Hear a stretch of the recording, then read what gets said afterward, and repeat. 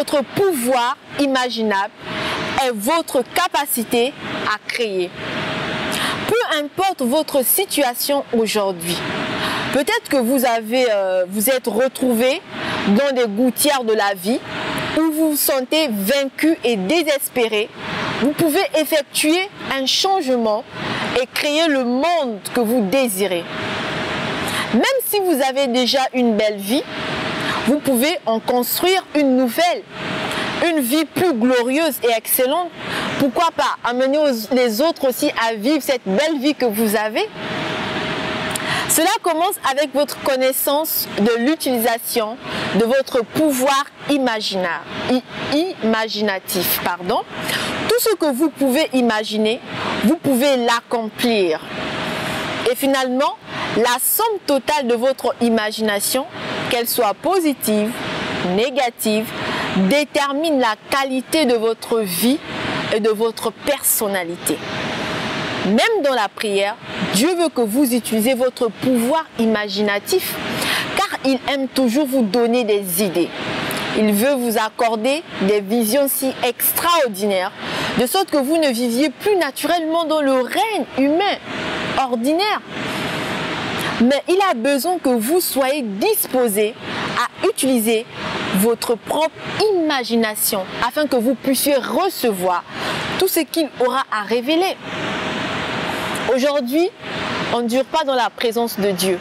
Lorsqu'on a fini de faire notre prière quotidienne, oui, on quitte la présence de Dieu. Mais non, reste dans la présence de Dieu. Peut-être Dieu a quelque chose de si important à te révéler. Peut-être Dieu veut passer assez de temps avec son fils ou sa fille. Continuons la lecture.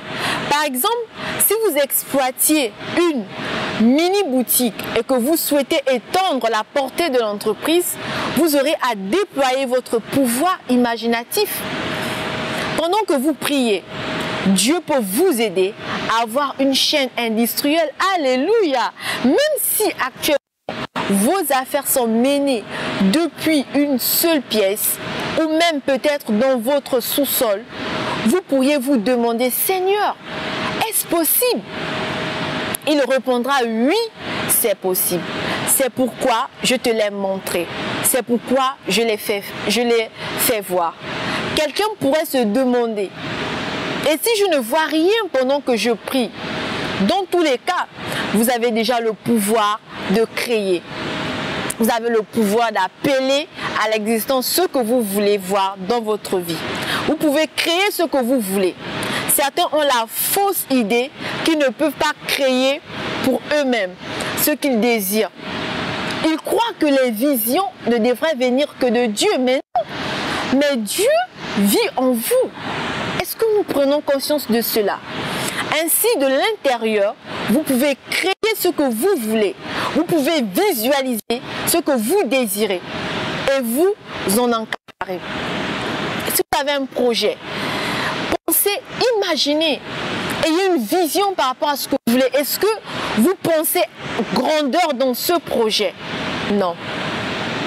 Lorsque vous priez, votre pouvoir imaginatif est un outil auxiliaire nécessaire pour vous saisir de ce pourquoi vous priez. Gloire à Dieu. Lorsque nous allons prier, il faut que nous ayons des buts.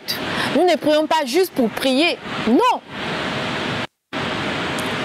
On prend la prière de confession. Je suis habilité par l'Esprit à voir l'invisible, à voir de la façon dont Dieu voit. Je me vois en train de vivre dans la réalité de ce que la parole dit de moi. Planons sur les ailes de l'Esprit dans une perpétuelle parade de victoire. Alléluia. Je me vois progresser, gloire à Dieu, à pas de géant. Renversons tous les obstacles sur mon chemin. Je me vois vainqueur à tous les coups, prospère, forte et en bonne santé.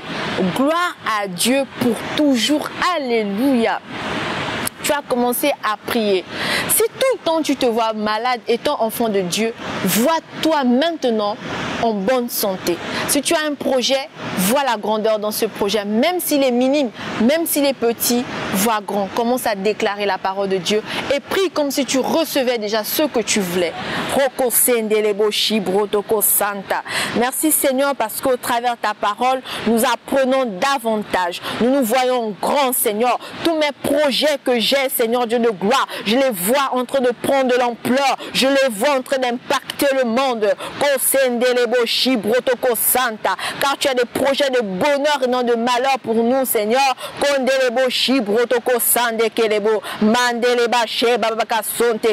Nous te disons merci parce que nous voyons déjà l'accomplissement de tous nos projets dans ce monde et nous impacterons le monde de manière positive au nom de Jésus.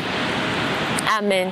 Pour ceux-là qui veulent faire l'étude approfondie, vous pouvez lire 2 Corinthiens 4, versets 17 à 18, ou Philippiens 4, verset 8, Ecclésiaste 3, verset 11, Matthieu 12, verset 35. Merci de nous avoir suivis. Que Dieu vous bénisse. Passez une excellente journée. N'oubliez pas de vous abonner, de liker et de partager. Au revoir.